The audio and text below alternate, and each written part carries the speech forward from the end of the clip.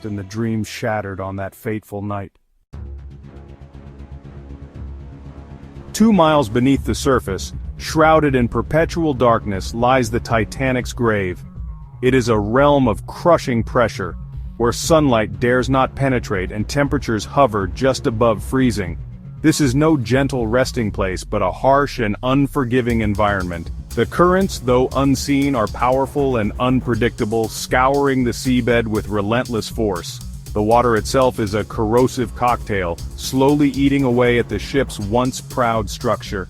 Down here, time moves differently. Decades seem like mere moments. The Titanic, once a symbol of modernity and progress, now rests as a ghostly relic, a decaying monument to a tragedy that continues to haunt our collective memory. In the depths where the Titanic rests, a different kind of world thrives. It is a world of extremophiles, organisms that have adapted to survive in conditions hostile to most life on Earth. These creatures, many of them microscopic, play a crucial role in the decomposition process. For human remains, the deep ocean becomes a giant, relentless decomposition chamber. The cold slows the process, but it does not stop it.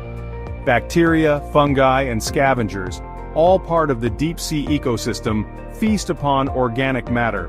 Bones, though more resilient than flesh, are not immune. Over time, they too are broken down, their calcium and phosphorus recycled back into the deep-sea food web.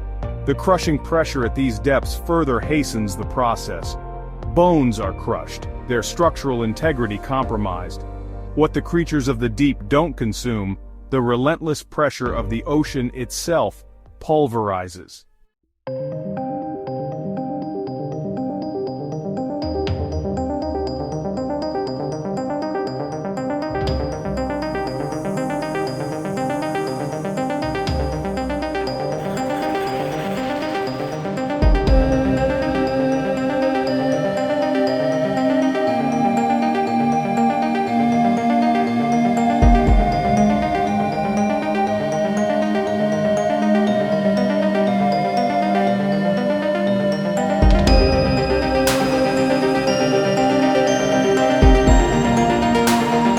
A silent story, a whisper of the hopes and dreams that perished beneath the waves.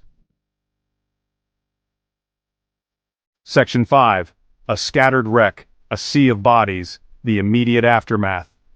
The Carpathia, responding to the Titanic's distress calls, arrived at the scene hours after the sinking. The crew was met with an eerie silence, broken only by the lapping of waves against the lifeboats and the occasional cry for help from the survivors. What they encountered was a scene of utter devastation.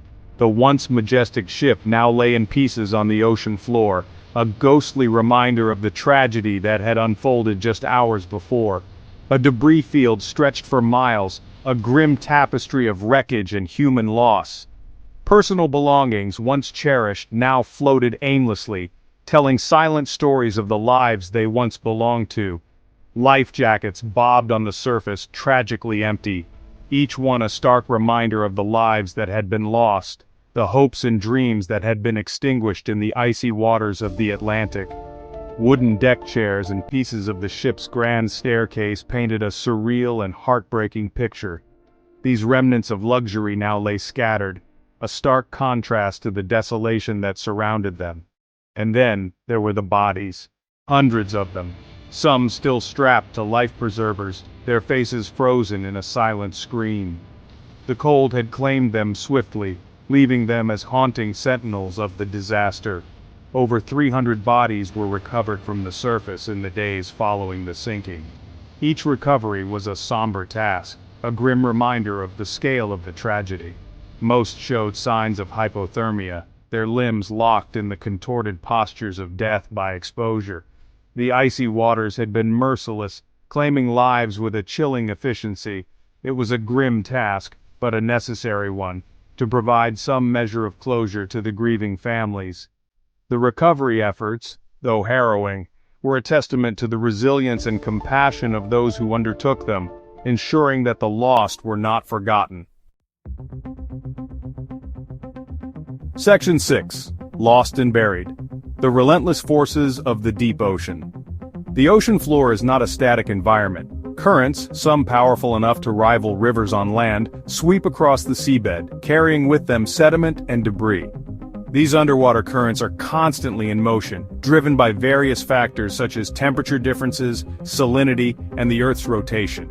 They create a dynamic and ever-changing landscape beneath the waves, where the seabed is continuously reshaped and reformed. Over time, these currents can bury objects large and small beneath layers of silt and sand. The process is gradual, but relentless, as the sediment carried by the current settles and accumulates, creating a thick blanket that can conceal anything in its path. This natural phenomenon has the power to hide entire shipwrecks, ancient artifacts, and even the remains of marine life, preserving them in a watery time capsule. The Titanic's wreckage, though massive, is not immune to these forces. Despite its size and the strength of its construction, the ship has been slowly succumbing to the relentless currents and the weight of the sediment. The once proud vessel, now a ghostly shadow of its former self, lies broken and scattered across the ocean floor, a testament to the power of the deep sea. Parts of the ship are buried under a thick blanket of sediment hidden from view. This sedimentation process not only obscures the wreckage but also protects it from further decay, creating a paradox where the very forces that contribute to its burial also aid in its preservation. The layers of silt and sand act as a shield, slowing down the deterioration caused by the ocean's corrosive elements. It is entirely possible that human remains, scattered by the currents and the passage of time, now lie buried beneath the seabed, entombed in their watery grave.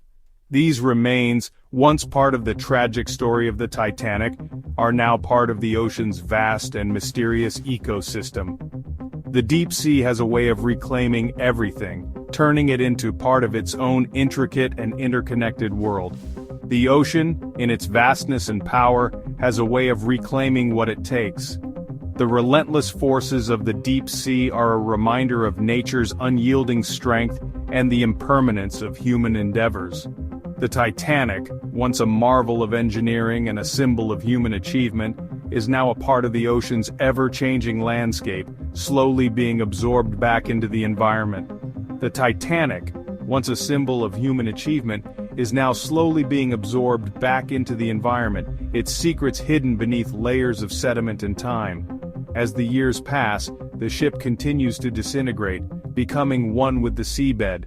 The ocean, with its immense power and mystery, holds the final chapter of the Titanic's story, a story that will remain hidden beneath the waves for generations to come.